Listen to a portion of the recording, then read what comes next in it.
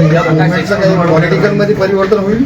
ही पॉलिटिकलच movement आहे sir. या देशात प्रत्येक गोष्ट पॉलिटिकल आहे. पॉलिटिकल फक्त 5 वर्षातून एकदा मत देणं म्हणजे पॉलिटिक्स नसतं. पॉलिटिक्स म्हणजे तुम्हाला 5 वर्ष ज्यांना मत दिले त्यांना प्रश्न विचारणं पॉलिटिक्स असतं. ते हे पॉलिटिकलच आहे. मतदानाच्या पॉलिटिक्स मध्ये उतरणार ते मी जसं तुम्हाला ठरवलं सांगितलं, खूप लोक आहेत सगळं बोलायला. 15 दिवस कालच्या भाषणात पण म्हणालं होतं की भीती आणि प्रत्येकाच्या मनात भीती आहे की रस्त्यावर उतरलं तर काय होईल, आपण आंदोलन केलं तर काय होईल.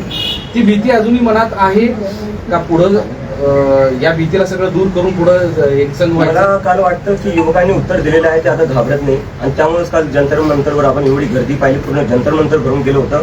ते एक मेसेज होता की आजचा तरुण आता घाबरणार नाही या सरकारला. याला जोडून एक प्रश्न आहे. काल तुम्ही आंदोलनात पण बोललात की आई-वडिलांची तुमची आणि आई-वडिलांची भेट झाली, तर ती भीती दूर झाली काय वाटतं? नाही, माझ्या आई-वडिलांना भीती वाटतेच थोडीफार. मी त्यांना सांगतो घाबरायची गरज नाही, कारण की आता मी एकटा आणि लाखो तरुण माझ्यासोबत जुडलेले आहेत. काय जंतर मंतरवर इतके हजारो तरुण आलेले होते.